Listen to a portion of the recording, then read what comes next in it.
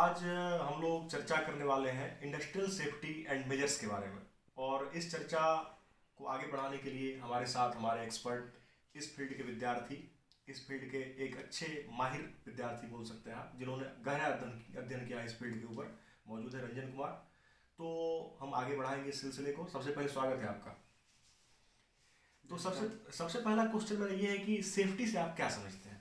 जैसे कि इंडस्ट्री में आप जाएंगे अभी काम करने के लिए, अभी आप यहाँ से जब निकलिएगा तो निश्चित तौर पर किसी न किसी कंपनी में आप काम करने के लिए जाएंगे, वहाँ पर सेफ्टी का होना बहुत ज़रूरी है। तो आप सेफ्टी से क्या समझते हैं?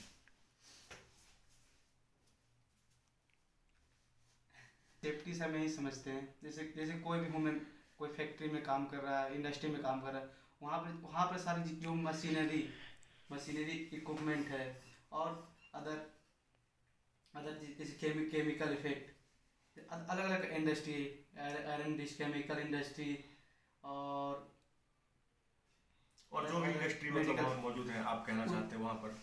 वहाँ फर्स्ट ऑफ ऑल वहाँ पे जितना भी मशीनरी और हमारे वहाँ पे हमारे वर्क करने पर ह्यूमन एरर के कारण या बाय मिस्टेक कोई गलती होने पे कोई एक्सीडेंट होने की संभावना कोई। फास्ट क्यों रहे हो? हाँ, चलिए आप बताइए, बेसिकली सेफ्टी कितने प्रकार के होते हैं?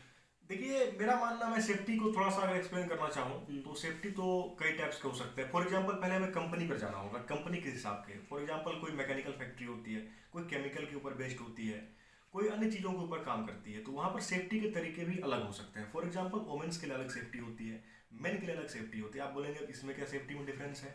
वोमेन मान के चलिए कोई उसके बाल बड़े होते हैं, तो अगर बाल खोल करके वहाँ पर काम हो रहा है और मैकेनिकल फैक्ट्री है, तो मशीन में जो रोटेशन वाला पार्ट होता है वहाँ पर अगर बाल फंस जाए तो उसमें दिक्कतें आ सकती है।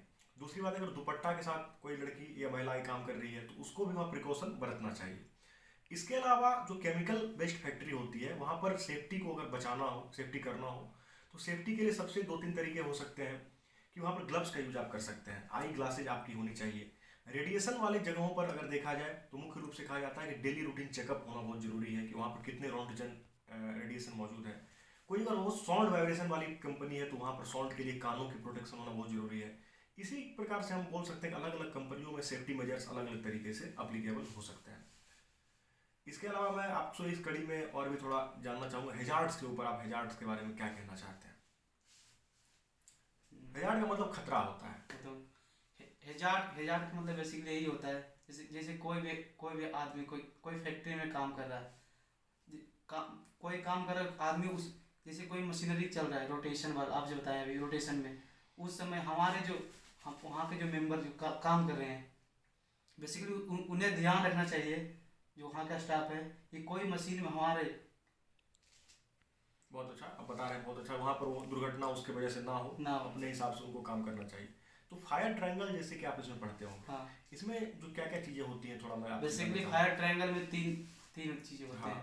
पहला हो गया हीट, ऑक्सीजन और आपका एक सोर्स हो गया। ठीक, बहुत सही आपने बताया यहाँ पर। तो इस तीनों चीज़ों में कहा जाता है, जैसे मैंने थोड़ा बहुत पढ़ा था इसके बारे में, कि एक चीज़ को अगर हटा दिया जाए तो उससे फायर बंद हो जाता है। इसके बारे में आप क्या कहना चाहेंगे? बेसिकली इसको इसको ही कहते हैं टेट्राहेड्रल चैन रूल, Good. चैन ब्रेकिंग रूल।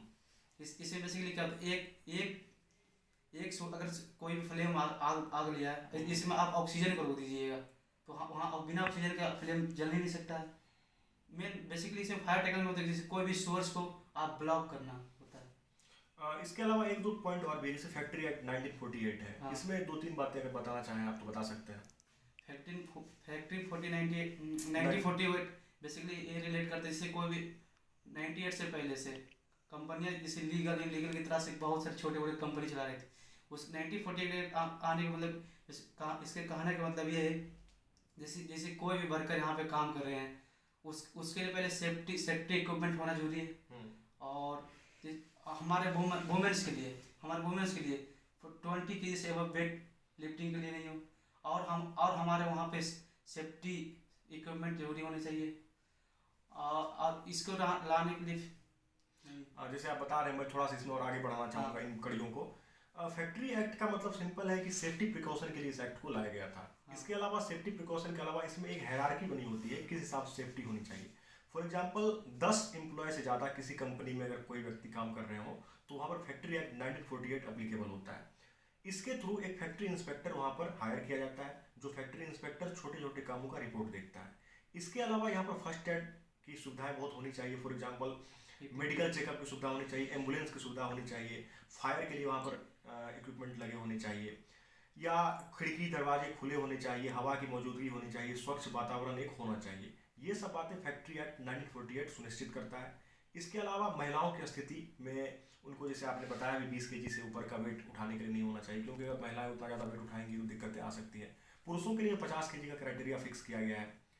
मशीनों से दूरी किस प्रकार बनी होनी चाहिए, मशीनों में अगर प्रॉब्लम है उनकी लगातार जांच होनी चाहिए, टेक्नोलॉजी से रिलेट करके काम को थोड़ा आसान बनाने का प्रयास होना चाहिए। इन सब के ऊपर काम फैक्ट्री एक्ट में होता है। हाँ। इसके अलावा अगर आप और भी कुछ बताना चाहें तो जैसे कि केमिकल हैजार्ड्स एक टॉपिक आता है जिसमें केमिकल के ऊपर बातें होती है। तो भोपाल गैस त्रासदी 1984 में हुई थी, इसमें केमिकल लीकेज हुआ था। तो इसके बारे में अगर थोड़ा बहुत बताना चाहें, केमिकल कितने हार्मफुल होते हैं? केमिकल हमारे वातावरण में काफ़ी हार्मफुल होते हैं, क्योंकि ये हमारे वायु में फैलते हैं और काफ़ी, और हवा वायु की काफ़ी प्रगति है। और इसे बेसिकली क्या आप जो बता रहे हैं भोपाल गैस शादी, ये हमारे ह्यूमन के मिसअंडरस्टैंडिंग के कारण हुआ था। और इसमें हमारे काफ़ी मनुष्य का जान। ठीक है, आपने बहुत अच्छा बताया इसके बारे में। भोपाल गैस त्रासदी एक बहुत ही ऐतिहासिक घटना, जिसके बाद बहुत हद तक फैक्ट्री के एक तरीके से उनको प्रोटेक्ट करने के लिए बहुत सारे काम किए गए और इसमें लाखों लोगों की जान गई हुई थी। बहुत ही दर्दनाक घटना भारत के इतिहास में मानी जाती है। और विश्व के इतिहास में भी अगर केमिकल से हैजार्डस के ऊपर बात की जाए, केमिकल के खतरे के ऊपर, तो ये घटना सबसे बड़ी थी। इसी के साथ हम डिस्कशन को यहाँ पर समाप्त करना चाहेंगे।